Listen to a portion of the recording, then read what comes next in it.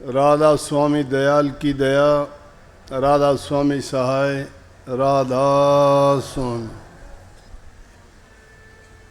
प्यारी साध संगतियों, भाइयों बहनों, जितने भी आप सत्संग लाभ के लिए उपस्थित हुए हो, शांति से बैठ के सत्संग लाभ उठाएं। संतों की शिक्षा और संतों का जो वास्तविक भेद है भक्ति करने का, वो तो कहते ही ये हैं कि गुरु का ध्यान कर प्यारे, बिना इसके नहीं छूटना। जो वाइब्रेशन, जो हमें एनर्जी जिंदा गुरु से मिलती है, वो एक अलग ही प्रकार की अनुभूति होती है।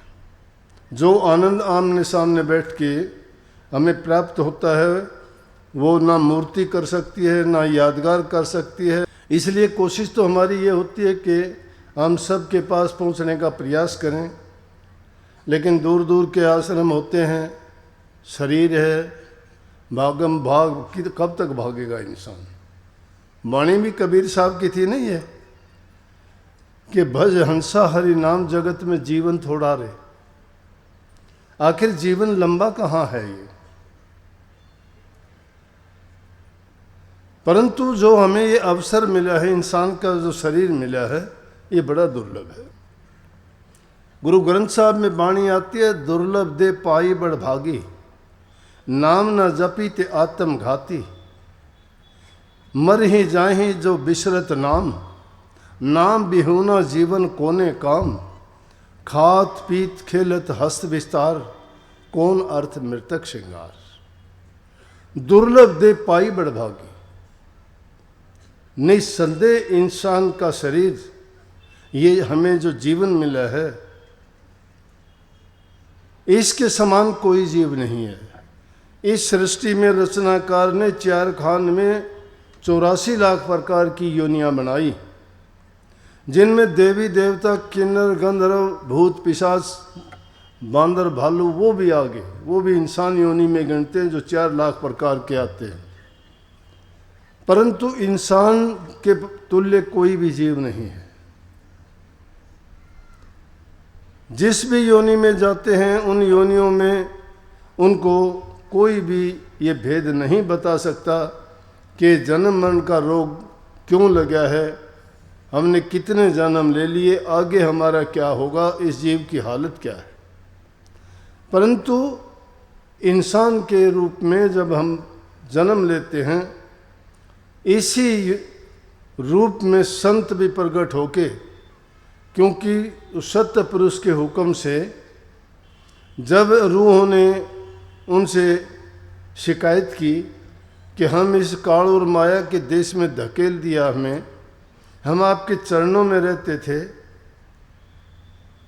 हमें शांति थी, कोई चिंता नहीं थी, हमें जन्म मरण का दुख नहीं था, हमें कोई कर्म मंदा चंगा नहीं करते थे, हमें कोई किसी प्रकार की सज़ा यातना नहीं मिलती थी, न हमें किसी सुख की तलाश में इधर उधर भटकते थे। लेकिन इस काल और माया के देश के जंजाल में फंस के हम सब प्रकार से, हर प्रकार से, चाहे संसार के कितने भी पदार्थ इसको मिले, लेकिन ये दुखी है। दुखी क्यों है कि जो जंजाल इस माया ने और काल ने फैलाया है, उससे नहीं निकल सकते। इसलिए कहा कि दुर्लभ दे पाई बड़ भागी। लेकिन इसमें बात लगा दी कि नाम न जपी ते आत्मघाती। वो जीव आत्मघाती हैं जो नाम को नहीं जपते। नाम संतों से मिला करता है, नाम के बिना मुक्ति नहीं है। नाम है क्या? मुक्ति की युक्ति है। और वो नाम इस जन्म मरण के बंधन से छुटकारा करने का तरीका है। और वो तरीका, वो संदेश इस संत ही लेके आते हैं। इसीलिए स्वामी जी महाराज ने बड़े सुंदर शब्दों में कहा कि संत सभी वा घर से आवें, नाम भेद दे जीव चितावें। जो चेते तिस ले पहुँचावें, नाम भेद जो ले माने कहना, उसको फिर सुख दुख नहीं सहना। नाम का भेद लेके सतगुरु का जब कहना मान के उसे के उपदेश के अनुसार कार्य करता है, उसको संसार में फिर सुख दुख नहीं सहना पड़ता। लेकिन जो जीव इंसान का शरीर मिल गया और उसके बाद भी वो खोटे मंदे कर्म करता है, पाप कर्म करता है, दूसरे जीवों को पीड़ा देता है, दुख देता है, मन से देता है, वचन से देता है, कर्म से देता है, 3 प्रकार से ये काम करता है।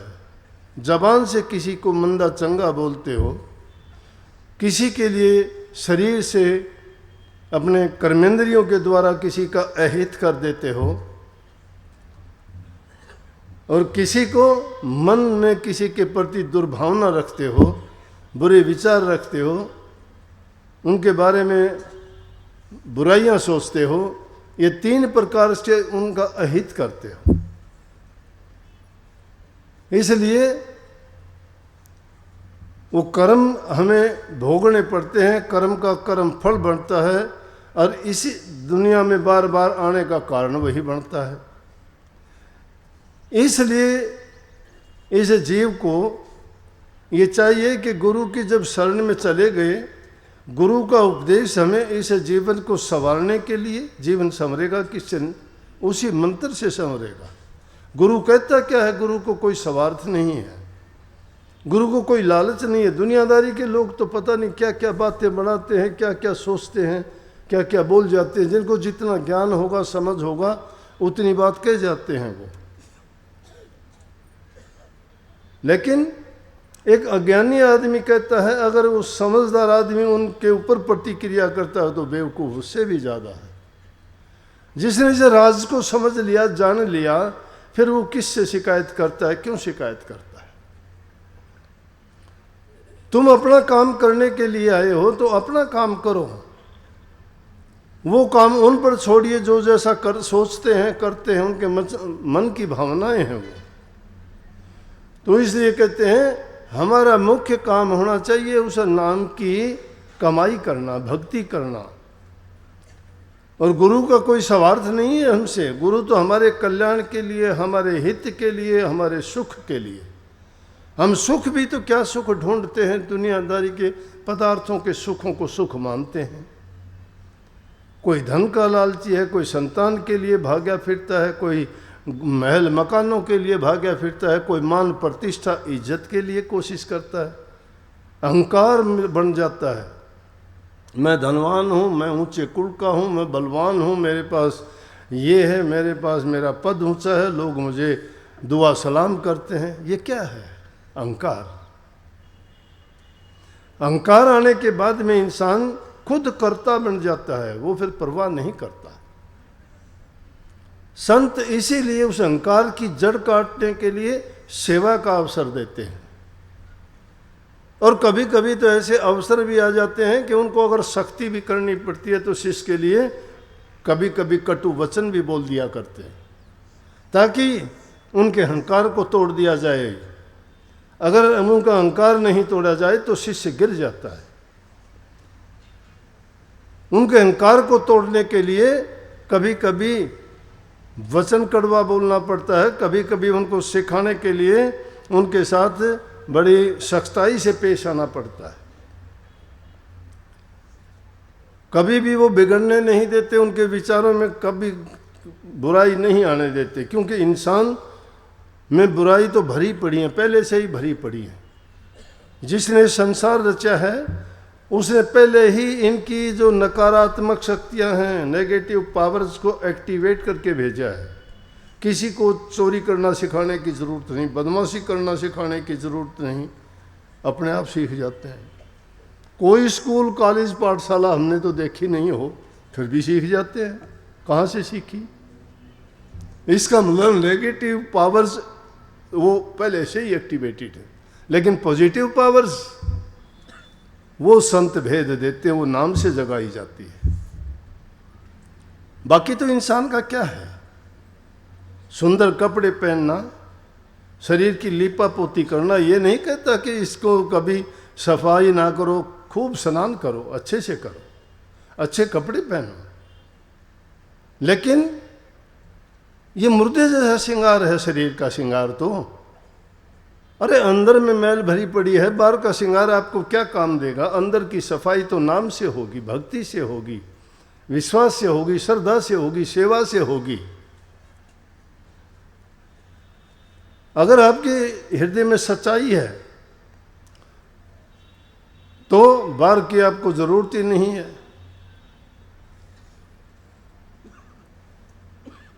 दो कबीर साहब की वाणी में एक जगह आता भी है, एक मनमुख एक गुरु सेवक से पूछता है कि दुनियादारी में देखते हैं औरों के ये हाल नहीं है, आपका बड़ा चेहरे पे खुशियां झलकती हैं, आप बड़े निर्भय नजर आते हो, निश्चिंत हो, कोई परवाह नहीं, आपको क्या बात है, आप सुखी हो। संत महात्माओं को देखते हैं कुछ नहीं, फटे हाल है, ना उनकी जायदाद है, ना कोई घर है, ना कोई उनको परिवार है, लेकिन मस्त है। क्यों है? किस चीज़ से मस्ती है? कहाँ से मस्ती? नाम में, संतोष में, हृदय में उनके प्रेम है, प्रभु भक्ति का ये गुण है। बल्कि उस वाणी में तो है, दूसरे रूप में कहा कि और सखी सब दुबड़ी तू भी रिहन क्यों लाल। वो कहता है अविनाशी की सेज पे मौजा भई है निहाल। अविनाशी, अविनाशी प्रभु के बारे में कहा, उसका विनाश नहीं होता, वो सदा है, अटल है, अजर है, अमर है, अविनाशी है वो, कि उसकी सेज पर मौज हैं, मस्ती हैं, खुशियां हैं।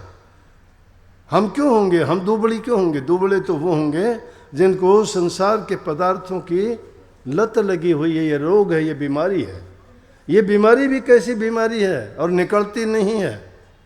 वो बुराइयां जब तक हम त्यागते नहीं है, खुशी के बारे में हम ज्ञान ही नहीं है, पता ही नहीं क्या खुशी है भक्ति की। मन नहीं टिकता है हमारा, जितनी शैतानियां करता मन करता है, यहां बैठे बैठे भी शैतानी कर देगा। सत्संग सुनने के लिए आए हो, लेकिन वहां कोई एक बच्चा भी घूमता दिख जाए, नजर वहां चली जाएगी, सत्संग से दूर हो जाओगे, क्योंकि मन नहीं है, मन टिका हुआ नहीं है। तुम्हारा मन उस सत्संग के लिए नहीं, वो पहले से ही विचलित है, टिका हुआ नहीं है। ये नाम की शक्ति है।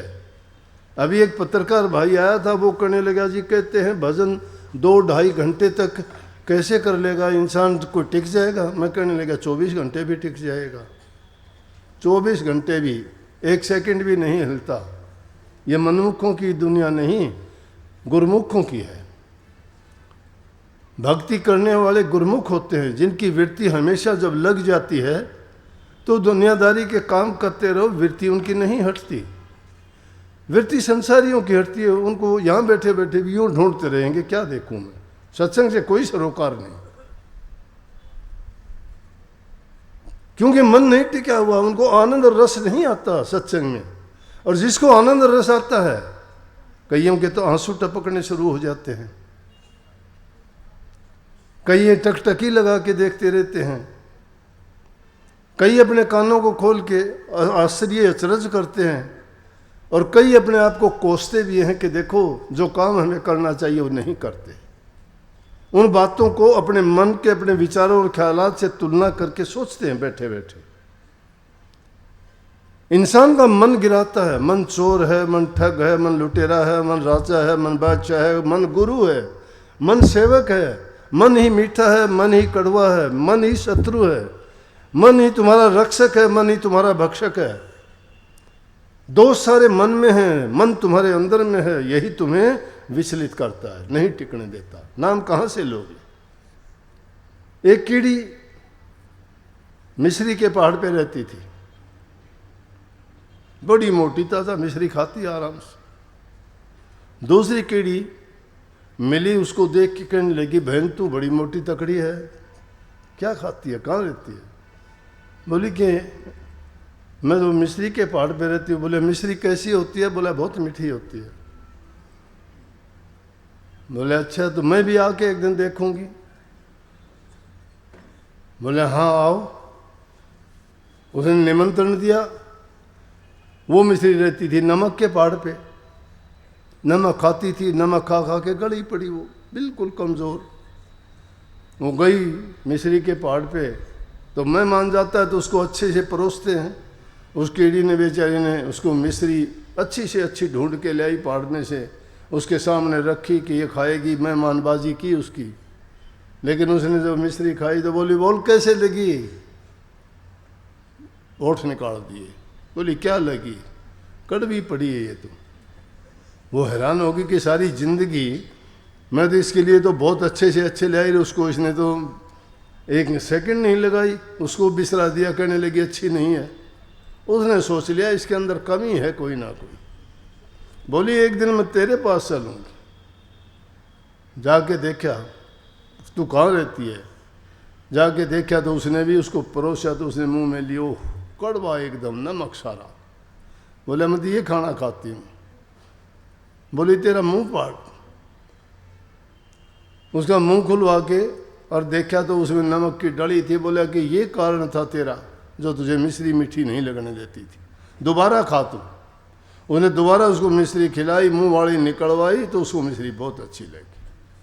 बोली कि वाक्य में तू तो ये खाती है तो इसीलिए तो मोटी ताजा है। बोला कि मुझे पहले कड़वी क्यों लगी?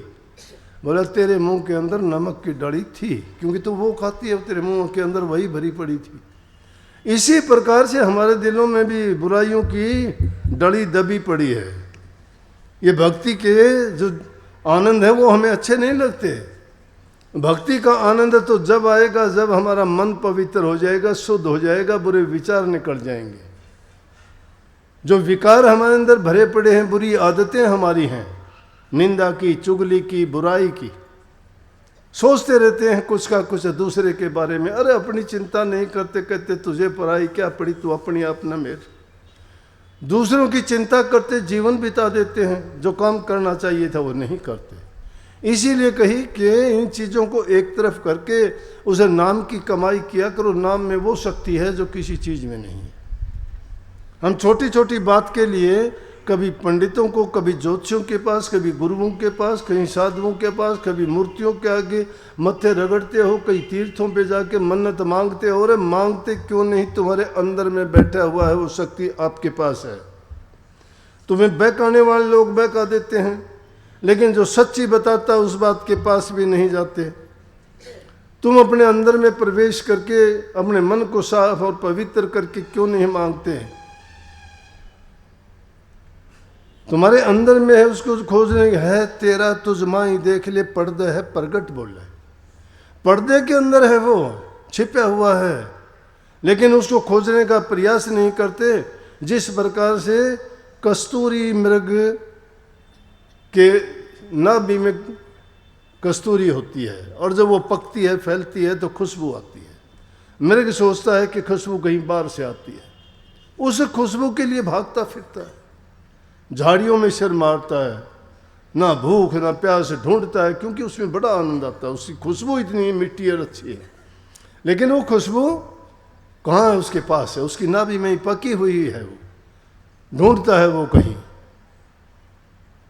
अब कहाँ ढूंढे उसको? वस्तु कहीं ढूंढे, कहीं किस भी दावा हाथ।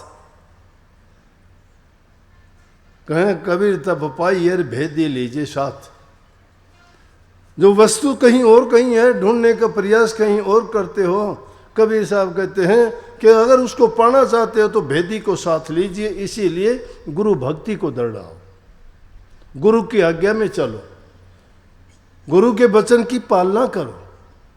गुरु क्या कहता है? गुरु कहता है कि तुम जो जो नाम की कमाई करते चले जाओगे, तुम्हारे जन्म जन्मांतर के कर्म की गठड़ी जो लेके आए हो इस मन दुर्लभ देह में, उनको सबसे पहले उन पाप कर्मों की गठड़ी को दूर फेंक दो। तुम्हें जगत नहीं लगेगी। जगत तो उनको देनी पड़ती है जो गठड़ी सिर पे लेके चलते हैं। सामान भर रखा है उन्होंने, तो जगत तो देनी पड़ेगी उसकी। जिन्होंने उस गठड़ी को उठा के और साथ ले जा रहे हैं तो उनको कहाँ जाने देंगे? रोक लेंगे रास्ते में ही। काल, माया और यम की 3 चौकियां ऐसी हैं जीव को नहीं आगे बढ़ने देती। लेकिन जो नाम के रसिया हैं, जो नाम की कमाई करने वाले हैं, हिम्मत नहीं किसी को उनको छू भी दें। नाम में बहुत शक्ति है, आजमा के देखा करो। नाम का सुमरण भी अगर तुम कर लोगे तो तुम्हें पता लग जाएगा कि नाम का महत्व क्या है। छोटी छोटी बातों के लिए तुम दूसरों के पास भागते हो, पाखंडों में पड़ जाते हो, आके कहते हो कि किसी ने कुछ बता दिया, किसी ने कुछ बता दिया, और उसको तुम सत्य मानते हो। बताने वाला तुम्हारे अंदर में बैठा है, वो शक्ति तुम्हारे पास है। उस नाम की कमाई किया करो। तुम्हें लिख के दे रखा है, उसको भुनाओ। लाल आपके पल्ले में बंधा हुआ है, लेकिन उसका मूल्य नहीं जानते, नहीं समझते। अपनी खुद ही को अपने अहंकार को दूर करो। जिन आपने खुद ही गंवाई ते सब अजाबों छूटे। जिन्होंने अपने खुद ही को गंवा दिया, बेखुदी जिसने अपना ली, जिन आप खुद ही गंवाई ते सब अजाबों छूटे, ते ही जगात के ही लागे, जेड़ा पंड सरूचा सुटे। खुद ही गंवाई ते सब कुछ पाई, इन खुद ही बहुत घर टूटे। ये खुद ही ने बहुत घरों को लूट लिया है, अहंकार ने। इसको दूर हटाइए। अपने विचारों को शुद्ध और पवित्र बनाइए। ये चिंता ना करो कि हमें करना क्या। हम तो ये चिंता करके सोचते हैं कि शायद हम जो करते हैं वही सही है। नहीं, ये करने की आज़ादी है, बोलने की आज़ादी है, सोचने की आज़ादी है। 3 ही तरह से कर्म करते, तीनों चीज़ों की आज़ादी हमें मिली हुई है, कोई मना नहीं करता। कुछ भी करो आप अपने लिए करते हो, कुछ भी सोचो अपने लिए सोचते हो,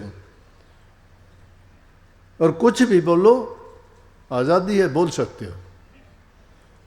बोलना, सोचना और करना 3 चीज़ हैं, लेकिन इन तीनों चीज़ों को अगर तुम सच्चाई के साथ अपना के चलो तो तुम्हारा जीवन अपने आप पवित्र हो जाएगा। इसलिए कहीं नाम ना जपी ते आत्मघाती। ये नाम की कमाई आत्मघाती कैसे है? जो नाम की कमाई नहीं करते वो आत्मघात जैसा है। नाम की कमाई करोगे वही तुम्हारे काम आएगी। उसको दूसरा कोई ना बटा सकता है, ना ले सकता है, ना छीन सकता है। तुम्हारा अपना काम है वो। दूसरों के लिए तो जीवन हम सारा लगा देते हैं, खोटे मंदे कर्म भी करते हैं, पाप भी कर देते हैं। किस लिए? औरों के लिए। अपने लिए क्या किया हमने? अपने लिए वो कर्म है जो तुम नाम की कमाई करोगे, वो तुम्हारे काम आएगा, और कोई चीज तुम्हारे। इसलिए कही कि खात पीत खेलत हस्त विस्तार। ये खाते पीते हो, सजते संवरते हो, ये दुनियादारी के काम हैं, सब करते हैं। और कैसा है ये? जैसे मृतक का श्रृंगार है। जैसे मुर्दे को भी सजा के लेके जाते, उसको भी नया कफन देते हैं।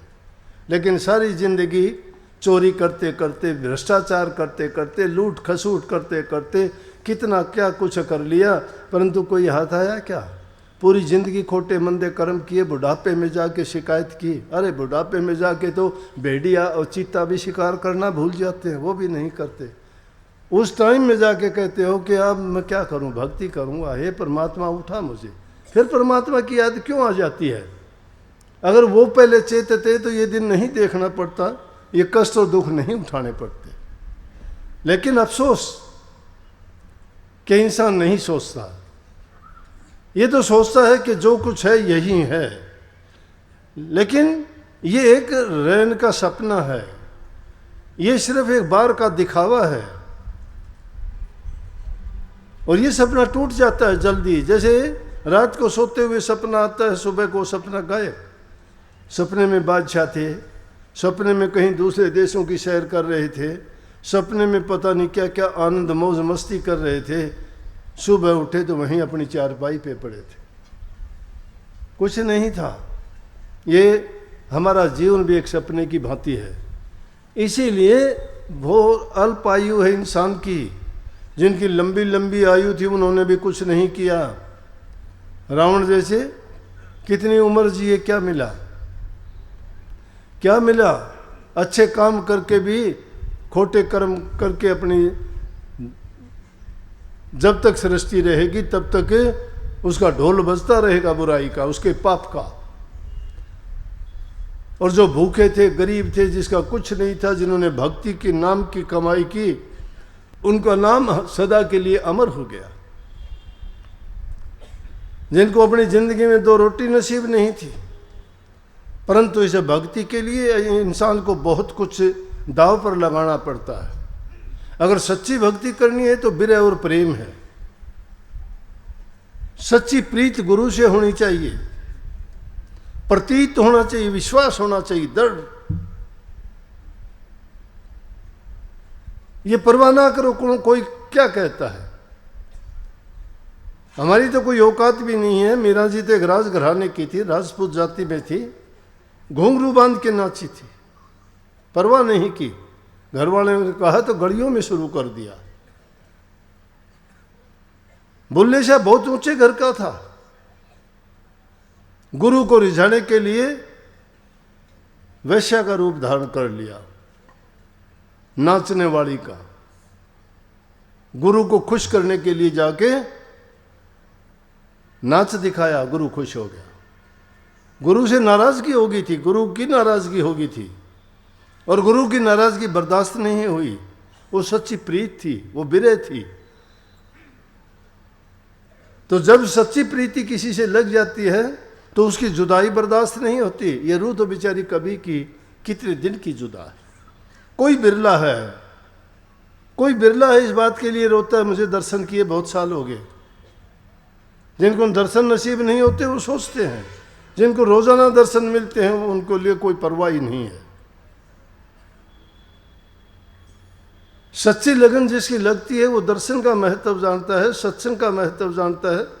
अरे दर्शन करने से अगर तुम्हारे मन के अंदर खिंचाव नहीं होता है, तुम्हें वचन अच्छे नहीं लगते हैं, तुम्हें उनकी बातों से मजा नहीं आता है, तो समझो कि कच्चे हो भक्ति में। अभी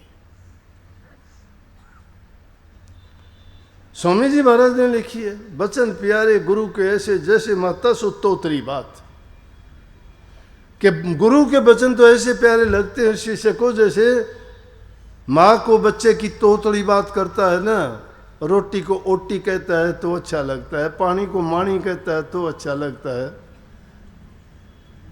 कितनी तोतला बोलता है लेकिन उसकी माँ को कितना अच्छा लगता है। इसी प्रकार से गुरु के वचन हृदय में जब उतर जाते हैं, किसके हृदय में उतरते हैं? जिनका प्यार लगा हुआ है। और जिसका प्यार नहीं होता उसको तो उस छाया से भी डर लगता है, दूर भागता है।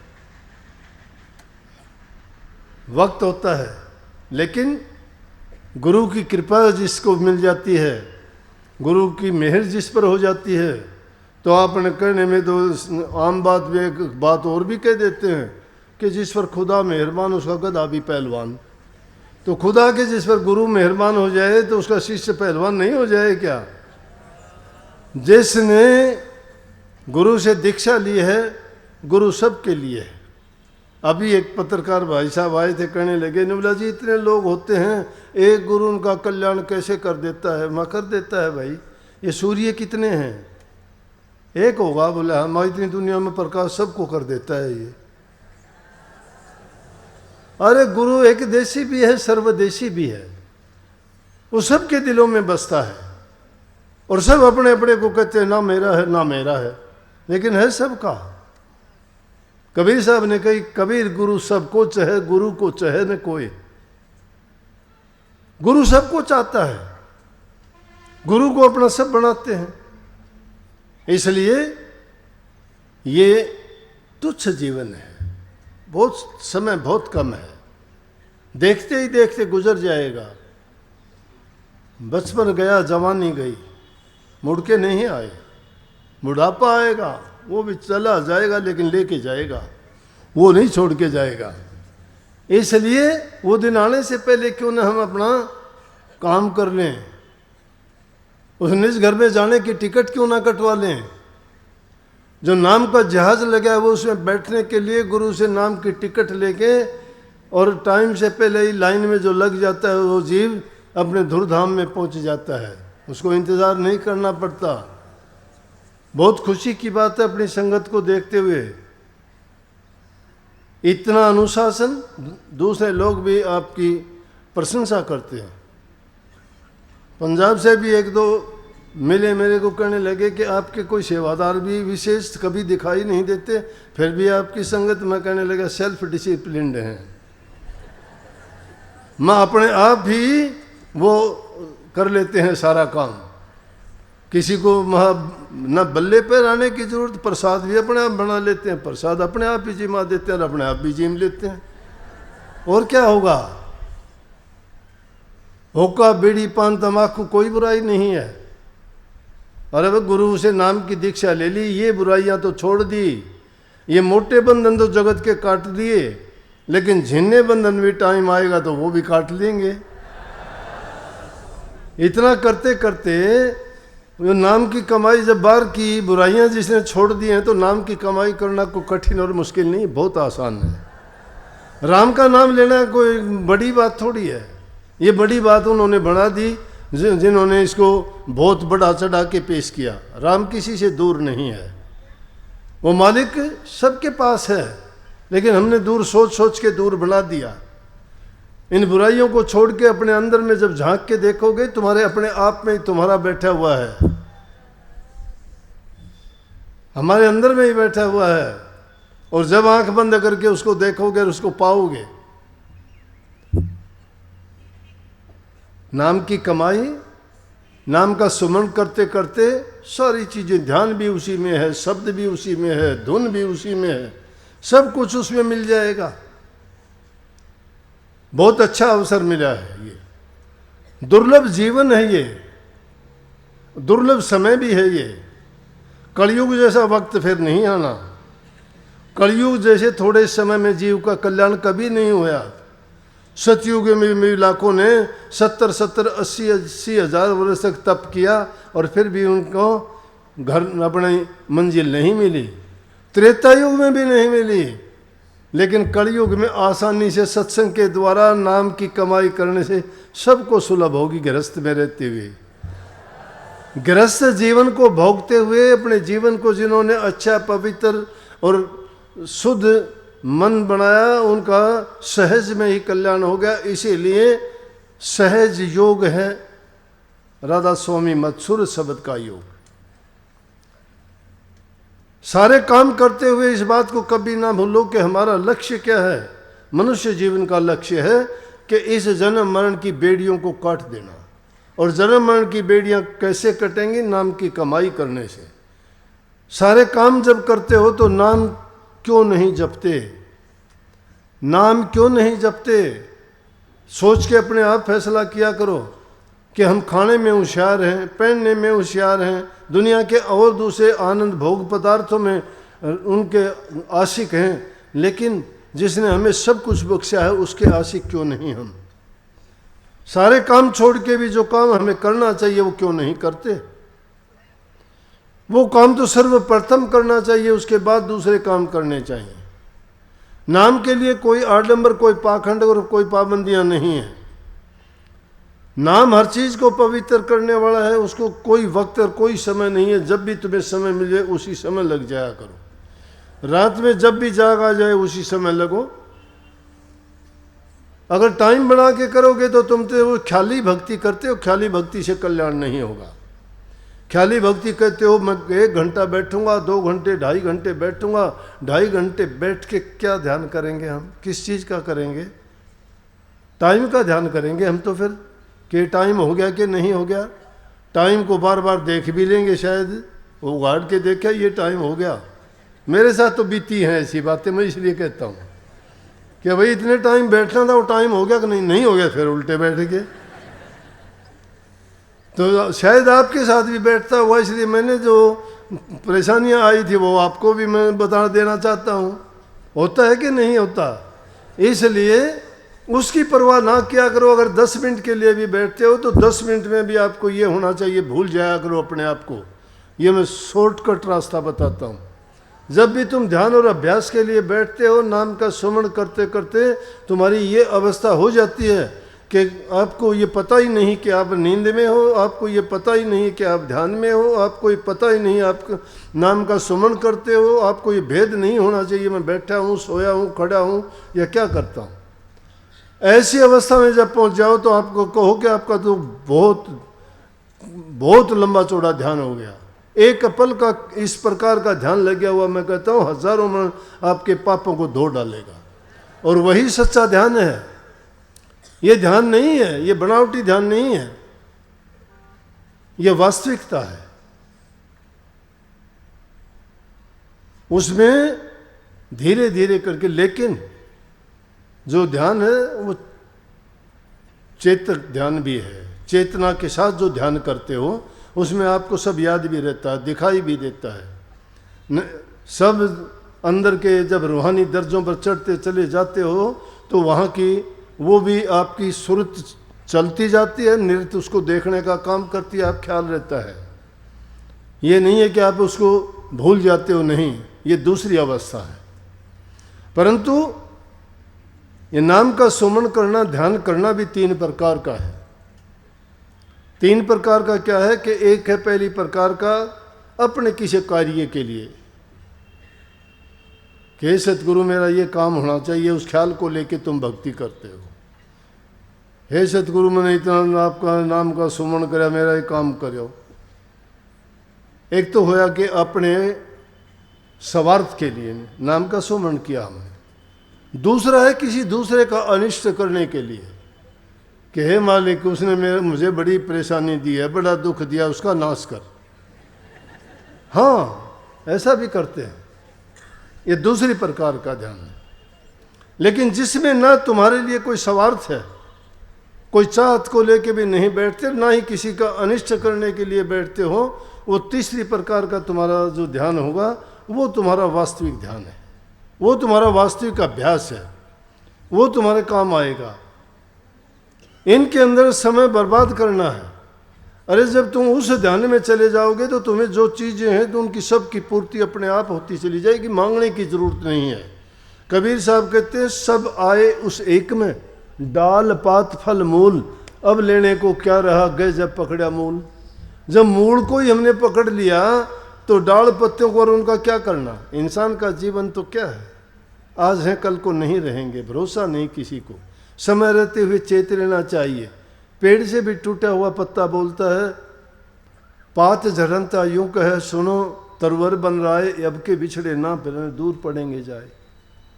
पत्ता भी पेड़ से कहता है कि हे तरवर अब आपसे बिछड़ चले हैं, दूर कहीं जाके गिरेंगे,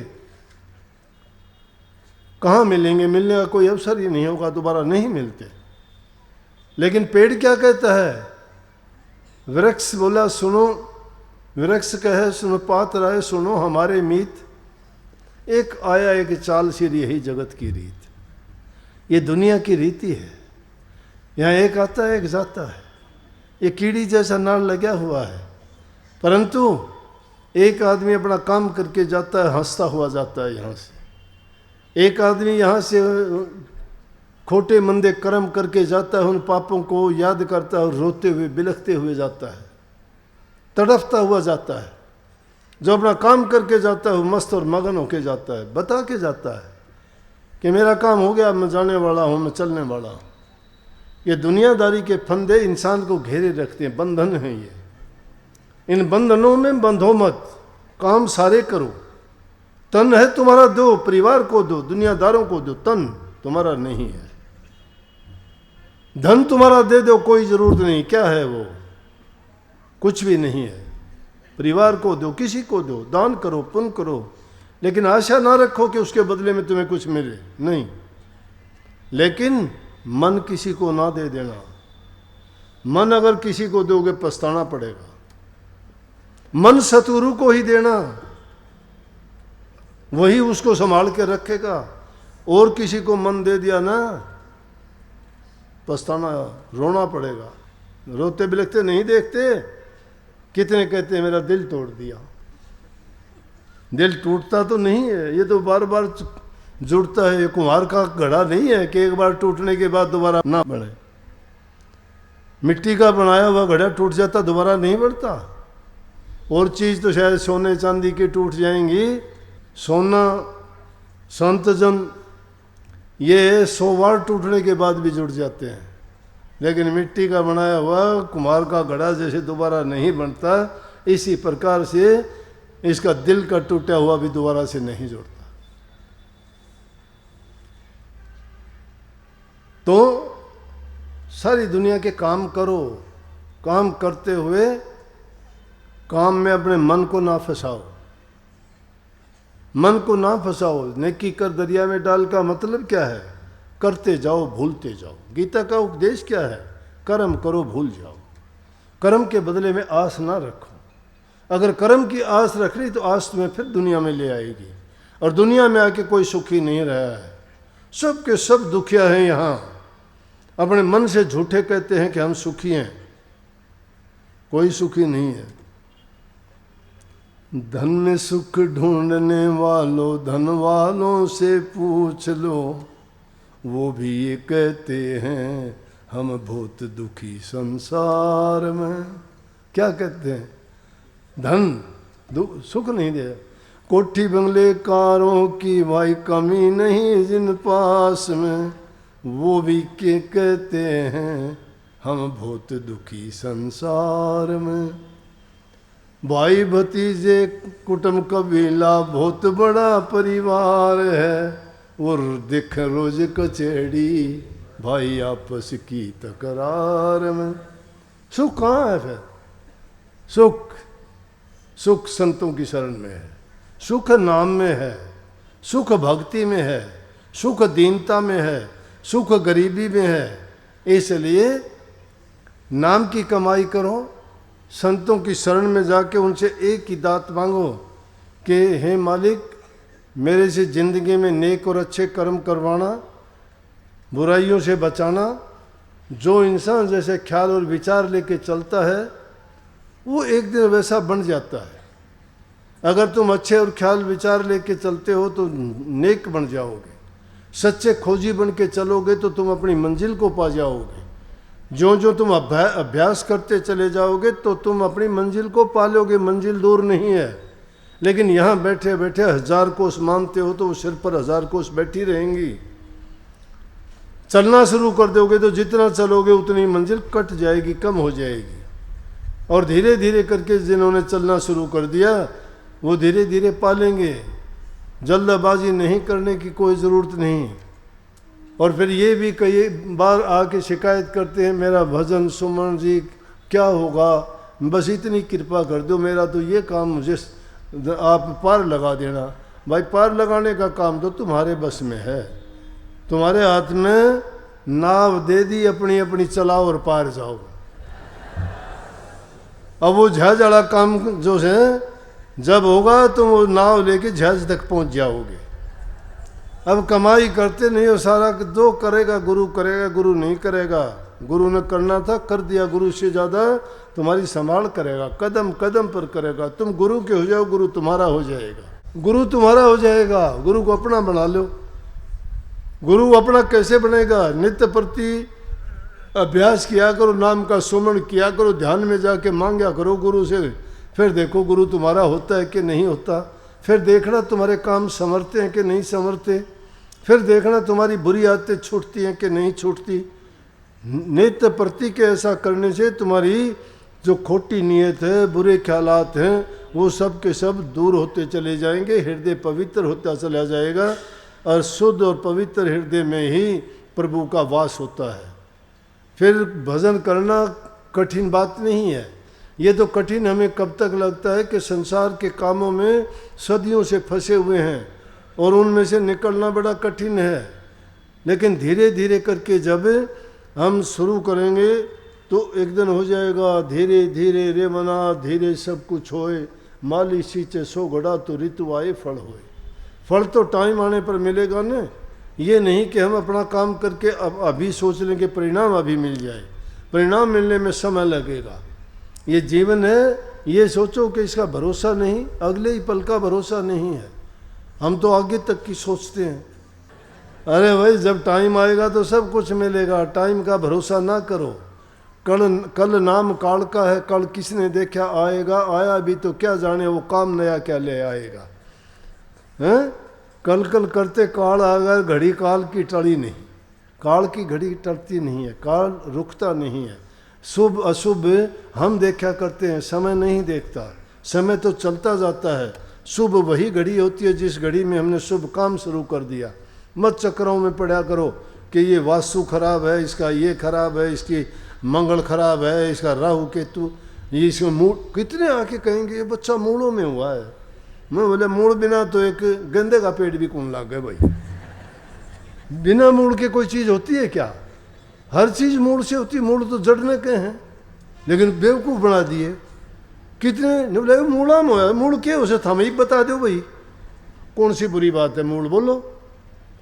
बिना मूड़ का कोई चीज़ हो ही सके, फिर क्या तंडरिया करो मूड़ते हैं। फिर कहेंगे काल सर्प योग से, वो क्या हो से भाई, सांप लड़ तो जा तो काल सर्प योग हो गया, और सांप नहीं लड़ा तो काल सर्प योग की शाह। अजीब अजीब बात नहीं, कोई मंगलिक से मंगल तो हम तो वहाँ हिंदी में मंगल अच्छे ने कहा था ना, तो हमने बुरा क्यों कर ला गया मांगलिक। नहीं बोला ना लड़की से तो इसका पति इसने छोड़ देगा या मर जाएगा, और लड़का से तो उसकी पत्नी मर जाएगी, पता नहीं इसने छोड़ दे। मंगल कड़े होया, अमंगल हो गया वो तो। फिर मंगली क्यों कहो, पता नहीं दुनिया ने कैसे कैसे ये बातें बना के लोगों के दिमाग खराब कर दिए। इन बातों में ना पड़ा करो भाई, सच्ची भक्ति किया करो, प्रभु के हाथ है ये सारी चीज़। लेकिन हमारे हाथ में क्या है उसको याद करना, जो सबके काम संवारा है उसको याद किया करो ना। अमंगल होगा तो मंगल कर देगा, और जो मूल होगा ना उसका फल योग कर देगा। इन चिंताओं में ना पड़ के सच्चा काम किया करो। भक्ति का रास्ता, सच्चे रास्ते पे चल के नाम की कमाई करोगे ना, ये इस तरह वाले पाखंड छूटते चले जाएंगे। इन दुनियादारी की बातों में साधु होके माने सुन, उसका मुखड़ा देखे कौन। तुम साधु होके, साधु साधना करते हो ना, साधु कौन होता है? साधु सोई जो साधन करता तज के आलस वाद विवादा। साधन करते हो तुम नाम का, आलस और वाद विवाद को छोड़ के करते हो ना, कि अभी सारी बुराई छोड़ के जब भक्ति करते होगे तो साधु हो आप। और फिर कहता है कि साधु हो के मानने सुन, उसका मुखड़ा देखे कौन, फिर तो बुरा काम हो गया। साधु कहाँ हुए? घरों में प्यार प्रेम रखा करो, बूढ़े बुजुर्ग की इज्जत कदर किया करो, अपने बच्चों को संभाल के रखा करो। ये ज़रूरी चीज़ है। भक्ति के मार्ग पर चलना कठिन नहीं, कठिन तो ये है कि बच्चों को हम सही उनकी परवरिश नहीं करते, उनको अच्छे संस्कार नहीं देते। बच्चे नशे विकारी हो गए हैं, उनकी संगति बुरी हो गई है, नीच कर्मों में पड़ने के कारण तुम अपने बच्चों को अनुशासनहीन देखते हो। फिर क्या करते हैं कि रोज़ाना देखते हो कि कहीं गोलियां चलती हैं, कहीं चोरियां होती हैं, कहीं सड़क पर देखते हैं जवान जवान बच्चे लापरवाही के कारण। अगर उनको अच्छी शिक्षा दी जाए, सही समझाया जाए, तो वो बच्चे कभी भी रास्ते से भटकेंगे नहीं। अब तो देखते हैं नशे की प्रवृत्ति बढ़ती जा रही है। क्यों, कैसे बढ़ेगी? ये हमारी कमी है। हम अपने बच्चों को संभालते नहीं। हमारा बच्चा कहाँ जाता है, किसके पास बैठता है, कैसी संगति है, क्या खाता पीता है, कहाँ से लाता है। तुम्हारा बच्चा है, उसके पास अच्छे अच्छे फ़ोन हैं, किसी का मोटरसाइकिल लिए फिरता है, तुम्हें पता ही नहीं कहाँ से लिया। कहेगा तुम्हें क्या, तुम्हें तो जवाब देता है तुम्हें क्या। अब क्या करोगे? माँ बाप की संपत्ति तो उसकी संतान है, संतान उसकी ये हालत है। रोज़ाना शादी बनती है, शादी टूट जाती है, शादी होती है तो गलत होती है। बोलते हुए थोड़ा अच्छा नहीं लगता ये बात। काफ़ी बच्चे कह देते हैं कि गांव की गांव में शादी करेंगे। अब कैसे शादी कर लेंगे? पहले तो गुआंढ में भी कोई सी लड़की को दूर देखते थे तो बड़ी बहन मानते थे, और पास से गुजरते थे और पता लगता उस गांव की लड़की है तो उसको पैसे दे के आते, रुपया दे के आते। रुपया बड़ा चीज़ था कि तू मेरी बहन है भाई, हमारे पड़ोस के गांव की है तू। अरे अब तो गांव की गांव में कहते हैं शादी कर लेंगे। अच्छी बात है, हम ये नहीं कहते कि करो, लेकिन ऐसे ढंग से करो तुम्हारे माँ बाप खुश हों, जो तुम्हें तुम्हारे सामाजिक ताना बाना जिससे छिन्न भिन्न ना हो। अच्छी बात करो, लेकिन संस्कारी बच्चे होंगे वो ऐसी चीज़ों में नहीं पड़ेंगे। ये कोर्ट कचहरी के धक्के क्यों खाने पड़ते हैं? रोज़ाना देते हो जवान बच्चों की हालत क्या देखते हो। इसलिए उनको संभालना, उनको अच्छे संस्कार देना। एक एक बच्चा होता है, कहते हैं इसको कोटा भेज दो जी। कोटा क्या पढ़ेगा? कितने बच्चे हैं? बोले एक ही है। और वहाँ क्या पढ़ लेगा? क्या पढ़ाओगे? अगर तुम्हारा पढ़ने वाला बच्चा होगा तुम्हारे पास भी पढ़ लेगा, और ना पढ़ने वाला होगा तो चाहे इसको कैम्ब्रिज यूनिवर्सिटी में भेज दो, वहाँ भी नहीं पढ़ेगा। अगर अच्छा है और तुम्हारे कहने में है तो यहीं बैठा हुआ, यहाँ अपने ही ऐसे ऐसे घरों के किसानों के बच्चे बड़े बड़े ऊंचे पदों पर पहुंचे, वो कोटा पढ़ के आए थे या सिक्कर पढ़ के आए थे? वो तो पढ़ने की जगह बच्चा अकेला पढ़ लेगा। अब्राहम लिंकन कहाँ पढ़ने गया था? उसका बाप था, खेत में ले जाता था हाथ पकड़ के, अमेरिका का राष्ट्रपति बना। स्ट्रीट लाइट में बैठ के पढ़ता था। दिए की प्रकाश में पढ़ने वाले हमने ऊंचे ऊंचे पदों पर देखे। आर्मी में गए तो कर्नल जनरल बने, अगर सिविल सर्विसेज में रहे तो DCSP इनके ऊंचे पदों पर गए, और शिक्षा विभाग में गए तो बड़े बड़े इंजीनियर, डॉक्टर, वकील ऐसे ऐसे बने। क्यों? संस्कारी बच्चा होगा जिनको चिंता है, जो असली माँ बाप का है, और जिस माँ बाप ने उसको अच्छे गुण अच्छे संस्कार दिए हैं तो उनको कोई शिकायत का मौका कभी नहीं मिलता। अब बच्चों के प्रति हम लापरवाह हैं। मैं ये कहा करता हूँ, बच्चों की इच्छा पूरी नहीं करनी, ज़रूरत पूरी करो, ज़रूरत पूरी करो। उनकी ज़रूरत है, वो चीज़ उनको दीजिए। इच्छा तो पता नहीं क्या कि क्या कर लेंगे, वो पूरी अगर करनी शुरू कर दी फिर काबू नहीं रहेंगे। ये माता बहनों के, सास बहू के झगड़े रोज़ाना घरों में, अरे कोर्ट कचहरियों में क्यों पढ़ते हो? अगर तुम्हारी नहीं बनती आपस में झगड़ा करने की, कि एक दूसरे को क्या पाठ पढ़ाओगे, क्या पढ़ाओगे, क्या लोगे? कोई अच्छी चीज़ है? लड़की जाके कोर्ट कचहरी में खड़ी होती है, 10 आदमी देखेंगे, इज्जत से देखेगा कोई? क्या पढ़ाओगे उसको? परमात्मा पर छोड़िए, उसने गलत किया, परमात्मा सजा देगा। कह दीजिए कि अगर तू खुश नहीं है तो तू अपने घर, मैं अपने घर, चलो फैसला। लेकिन नहीं करते।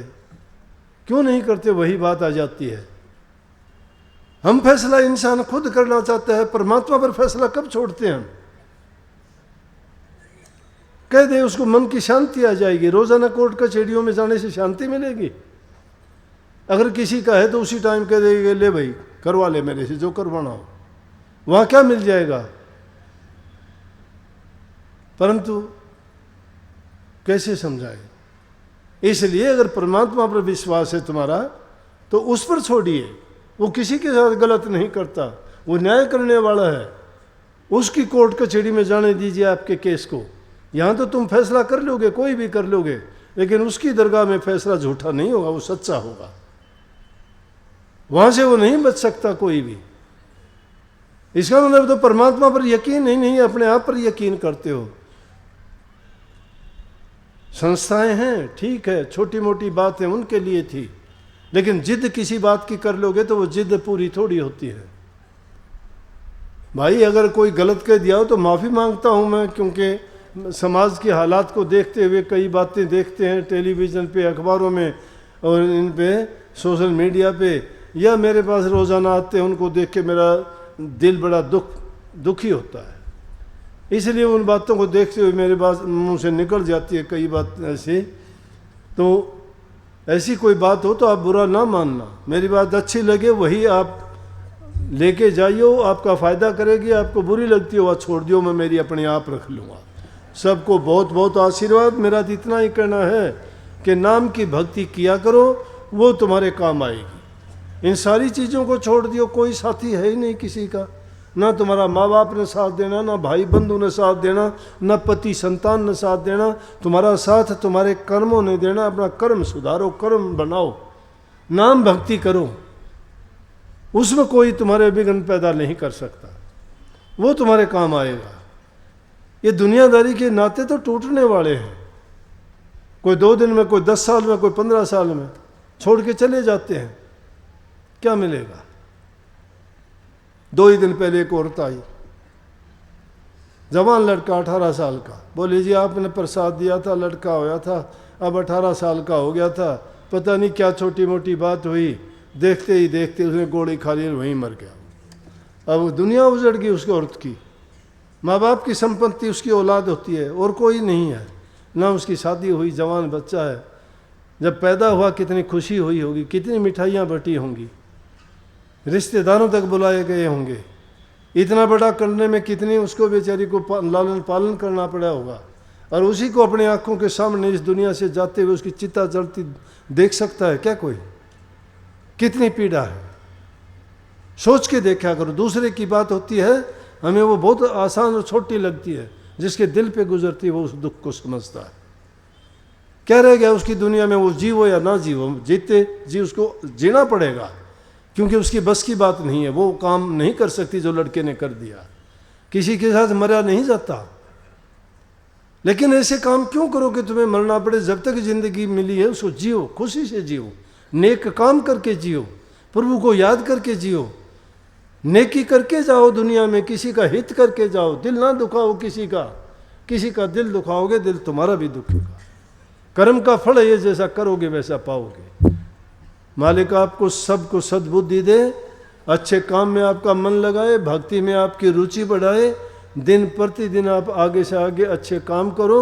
सबको बहुत बहुत आशीर्वाद। राधा